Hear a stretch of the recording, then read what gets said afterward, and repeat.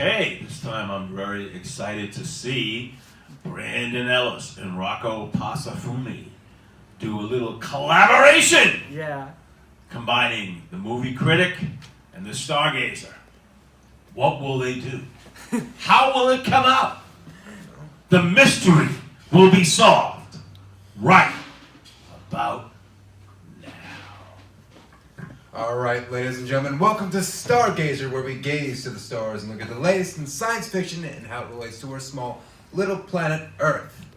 Today, I'm talking about a little movie. I don't know if you heard of it. It's called Avengers Endgame. Avengers Endgame! And the movie is so big, I couldn't talk about it myself. We got our very own movie critic, Right. Rocco Yeah. Pasafume, Right. movie expert, and you have the Marvel expert. Yes. And we're going to come together and give you the latest scoop Right. on Avengers Endgame. And don't worry, no spoilers. Right. So let Of me course. give you a little bit of background on the whole Endgame ordeal, the MCU. So the MCU, or the Marvel Cinematic Universe, has been running since, 2008 with Iron Man. Yes.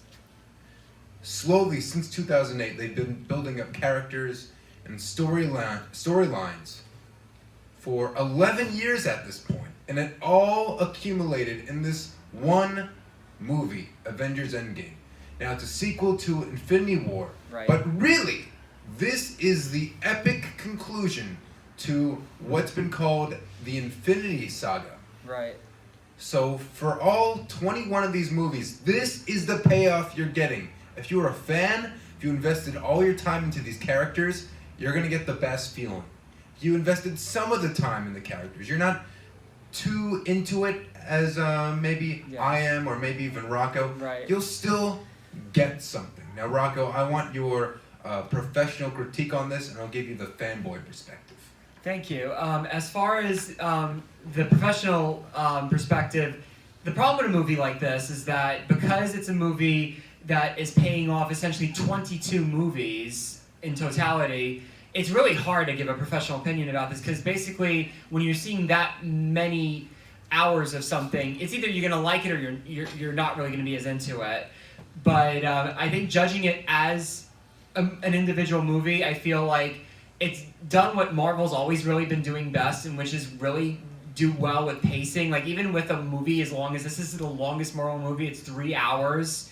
So with that in mind, there's a lot of story that has to be, kind of essentially wrapped up in this one movie. And I have to give them a lot of credit. They really managed to do that. Like, they really, for all the story and all the characters, they really managed to make that 3 hours worth it. And I definitely feel like if you are a fan, you are going to enjoy this immensely. As a movie, just as a piece of entertainment in general, I think it's a good movie. I think it really, continues from everything Marvel's done. Marvel has really done a lot of good in terms of creating movies that, for the most part, stand well on their own, but they have these little elements to them, particularly in the tags in the end, the post-credit tags in the movies, where you get a little bit of an Easter egg, you get a little bit of like an extra bang for your buck, and all this is building into. A lot of it built into Avengers Infinity War, and now with Avengers Endgame. So I feel overall that Marvel has done a very phenomenal job in being able to kind of accumulate everything that's been going on in the Infinity Saga of the Marvel Cinematic Universe, and people will enjoy this immensely. The fans will enjoy this immensely. If you haven't seen as much of the Marvel movies, I would feel like you would need to really get the full picture of it. But as an individual work, I definitely feel like it does a really good job in terms of pacing. The actors are great. They really put their all into the Marvel Cinematic Universe. And like I said, the 3 hours are well worth it, and people will enjoy it immensely. You'll even have moments where you'll like be crying and stuff. It's that kind of a roller coaster ride. So I think very much you will enjoy it.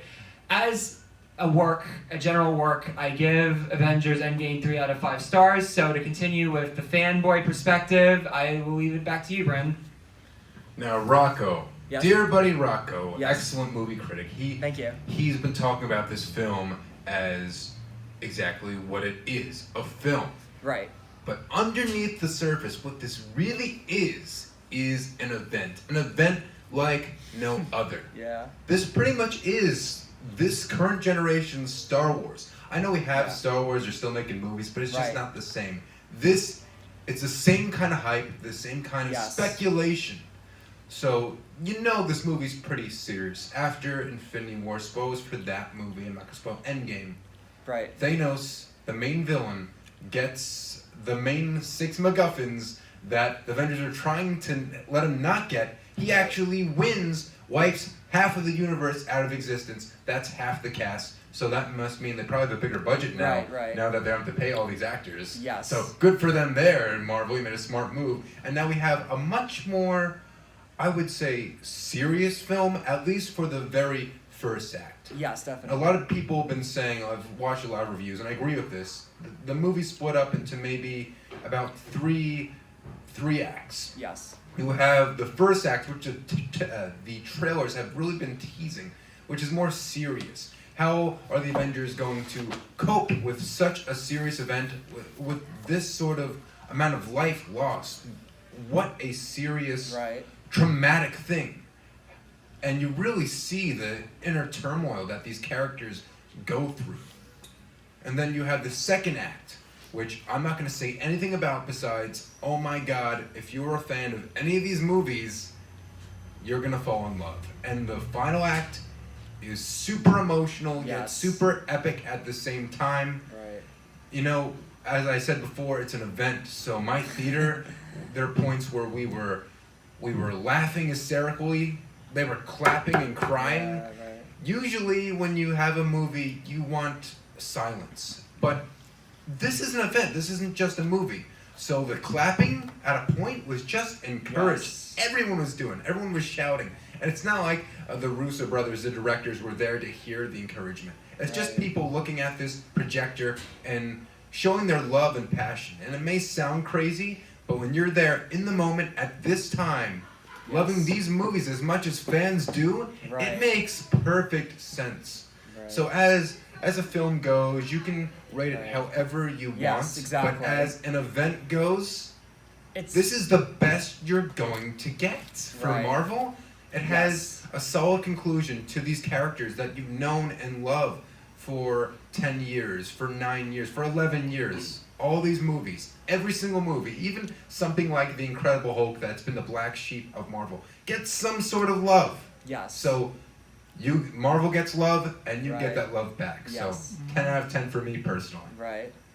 All right, thank you. I definitely feel, like I said, this was a tough one to do to review this movie because you can't really review it on the same way you review other movies because, like I said, it's 22 movies deep.